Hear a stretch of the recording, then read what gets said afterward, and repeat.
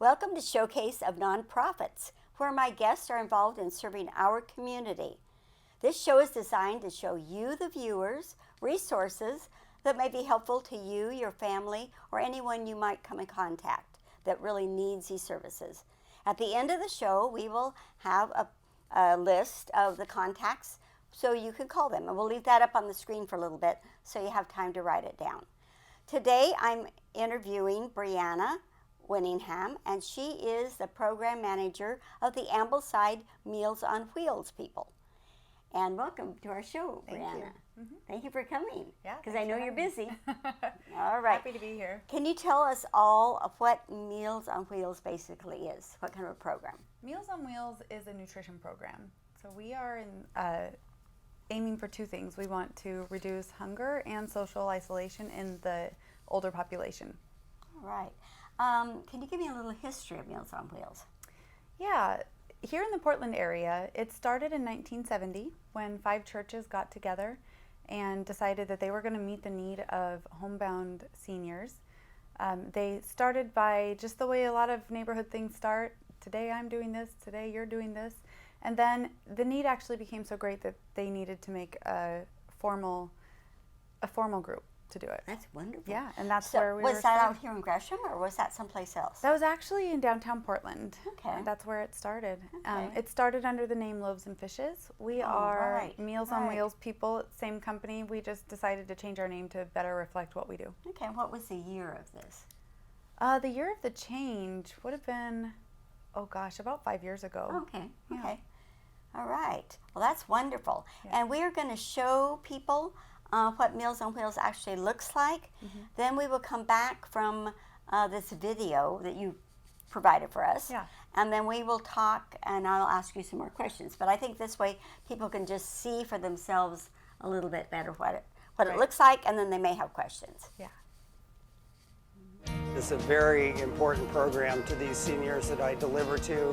They rely on me to bring their meals. When they open that door and you see them, there's a smile on your face, and that puts a smile on their face. There's really no other organization around that does this. It's always been really important to me to help people who need it. I like to make the seniors happy, and I like to hear their stories. Meals on Wheels people, changing people's lives one meal at a time. I'm almost 90 years old. Most of the time I live alone.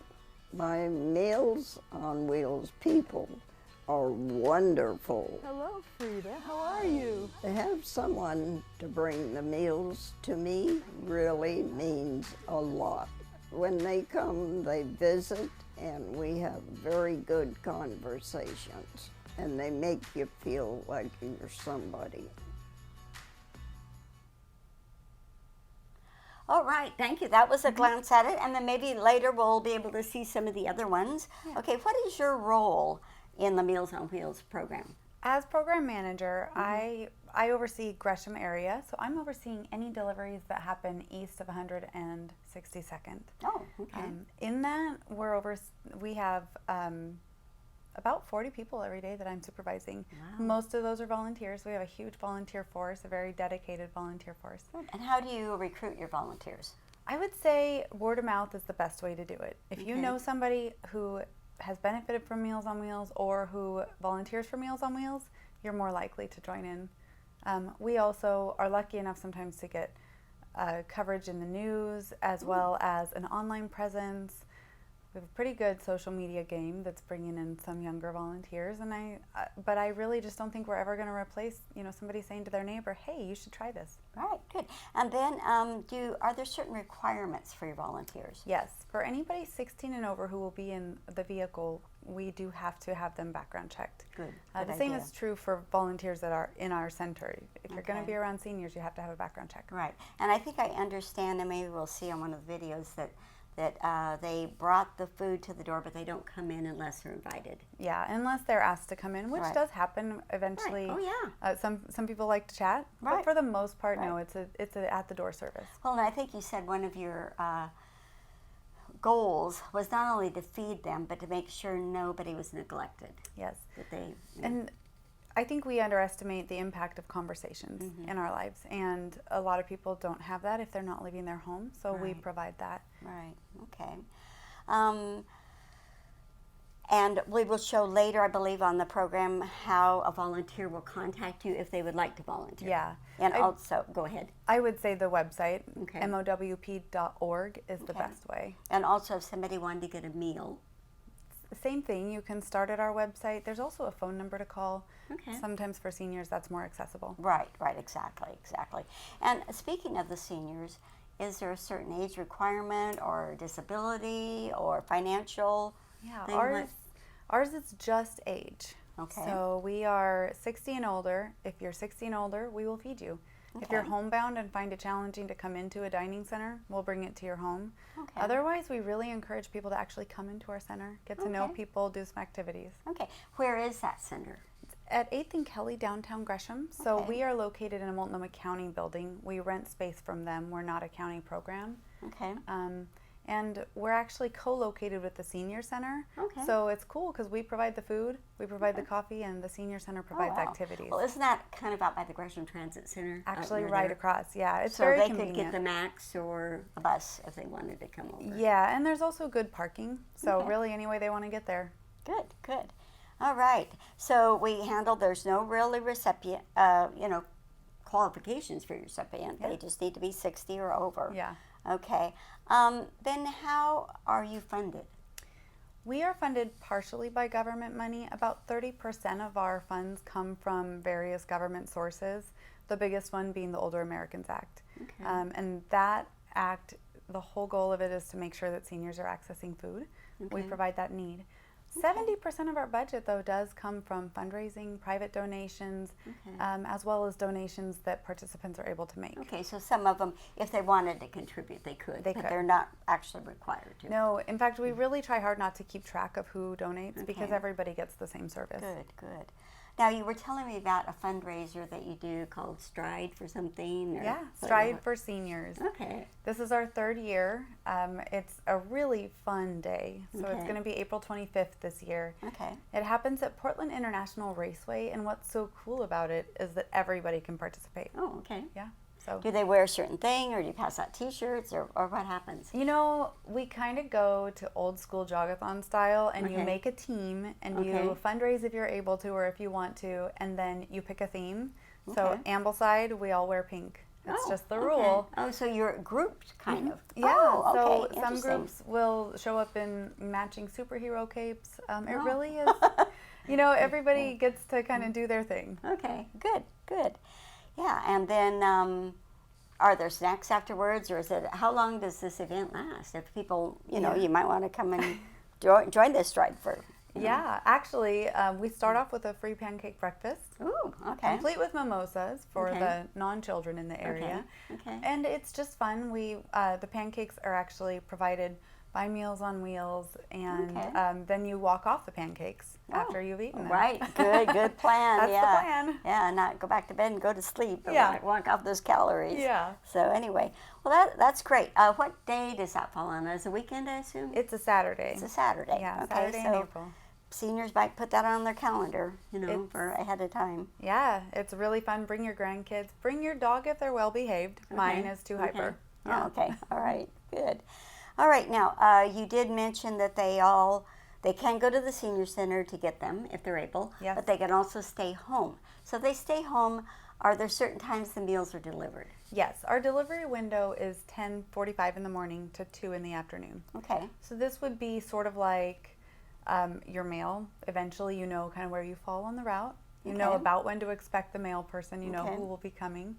And then every once in a while, of course, because we're volunteer driven, we have something come up and maybe we use that whole window, but we really try to keep it fairly consistent. Okay. And then when they come, do you have one carpool driver that takes in all your delivery people, or do they each drive their own meals in, or how does that work? Well, with 17 routes 5 days a week, there is a big, wide varying. Okay. We have school groups that do it. They get in a big van and have multiple people. We have couples that do it, and then we have some volunteers that just throw the cooler in their car and They are the going. navigator as well as the delivery that's person. wonderful. Well, Yeah. then they can probably control their schedule better Yes. than if they ride a carpool and when's the carpool coming and all that. So, Exactly. and people probably get used to what time their drivers come. Yeah, And- for the most part, yeah. they know it's Wednesday. We're going Right. to see Paul. Okay, and it is Monday through Friday, right? It is, Monday yeah. through Friday. Okay. What about the holidays? On holidays, we're usually closed. We would typically provide a senior who would need support on the weekends Okay. with extra food. And except for Thanksgiving. Thanksgiving, we have a lot of new drivers. Just Gresham side alone, we have 80 drivers. Oh, my. Or that Oh, can my. entail groups, driver groups. And we served about 730 meals last Thanksgiving. Wow, that's wonderful. Yeah, that's only homebound meals. We don't do the in-center dining Okay. on Thanksgiving. Now, what do they do if they have doctor appointments or something and they can't, the doctor can only see them at 9 o'clock in the morning? That's going to run right into their delivery time. Sure. What do they do? We definitely understand that happens. Okay. We would just ask them to give us a call. And in fact, if they call, so if we get a notice 48 hours ahead of time, we can actually deliver extra food Oh, the okay. day before. Oh, Yeah. wonderful. That's very good. Very considerate, Yeah. Now, I understand you also pass out, I would call it like a bulletin or a menu that has health tips in it. Can you tell us about that? It's called Food for Thought, and so it is our monthly menu. It's also an opportunity for us to help meet our requirement of providing nutritional education.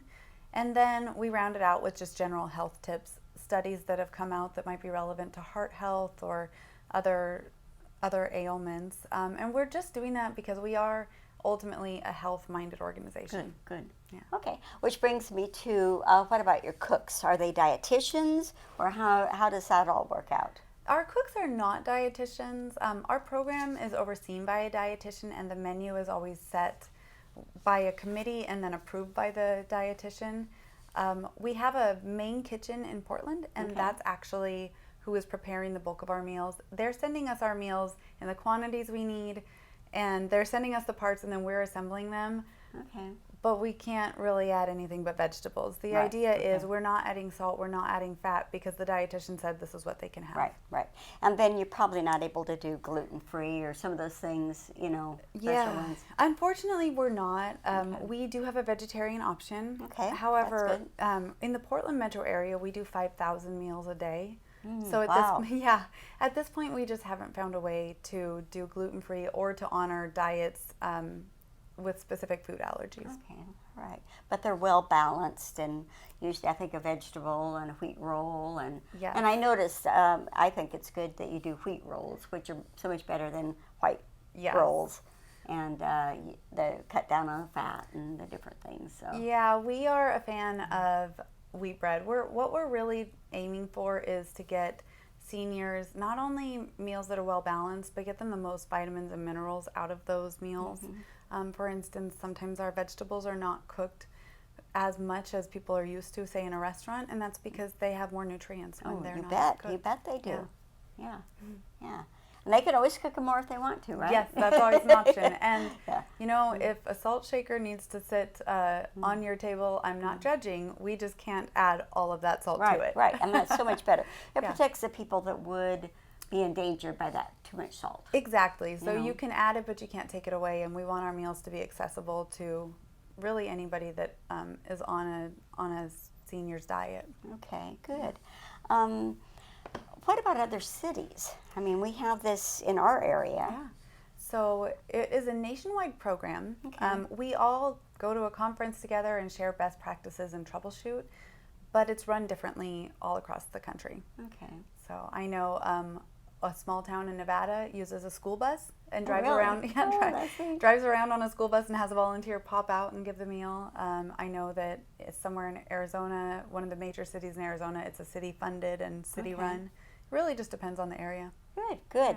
Well, then what do we have locally here in just our Portland, Gresham, Vancouver? What do we have here? So in the Portland metro area, so this would be Multnomah County, Clark County, and Washington County. We have Meals on Wheels people, and we are a private nonprofit.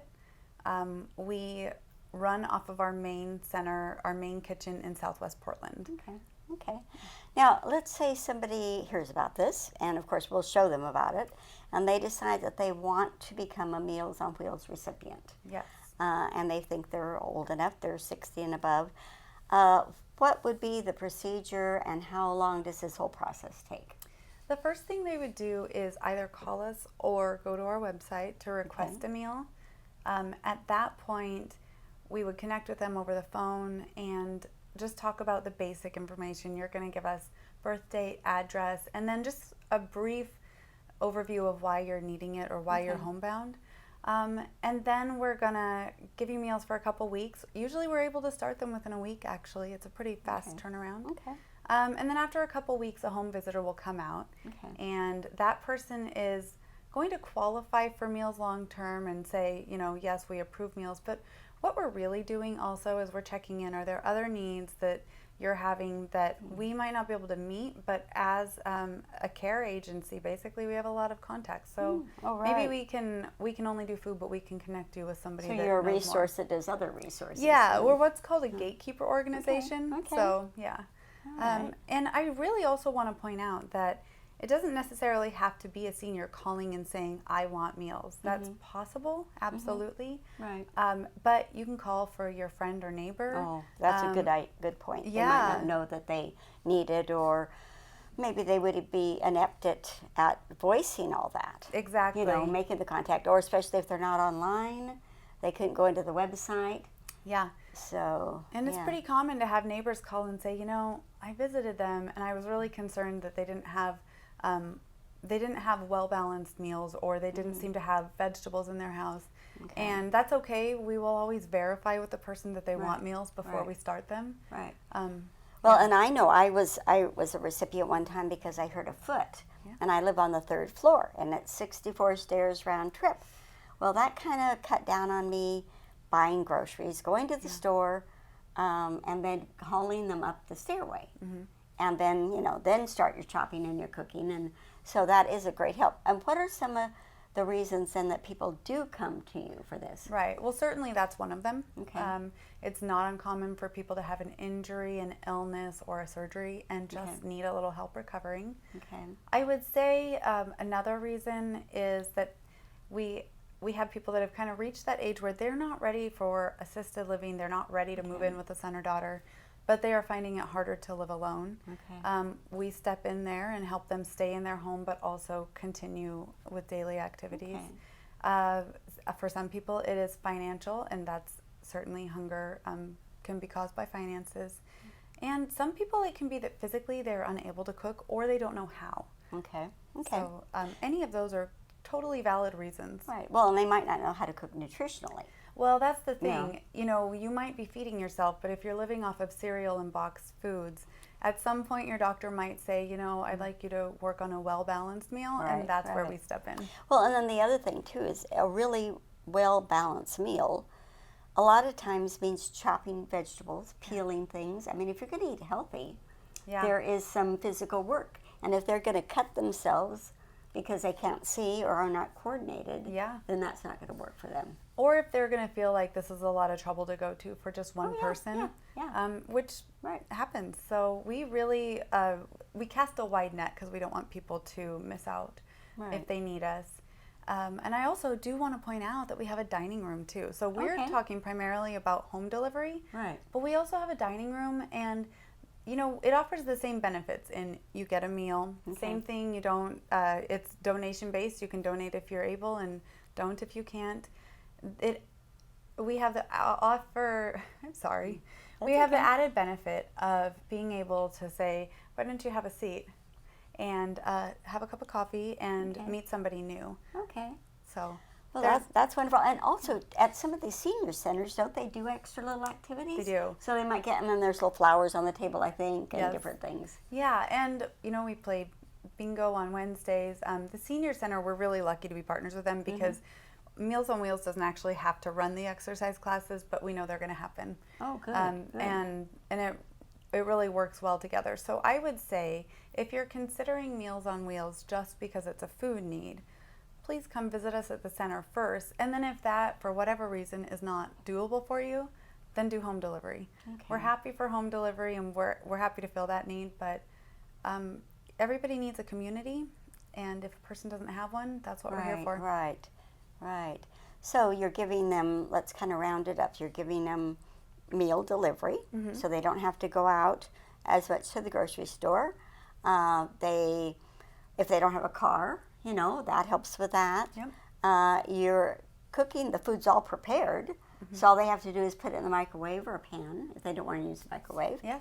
And so it sounds like a pretty good deal. And we encourage all you listeners then to go into the website, which is what? MOWP.org. And then do you happen to have the telephone number? One of them is 953-8201. Yep. And you would actually That's reach me. Brianna here.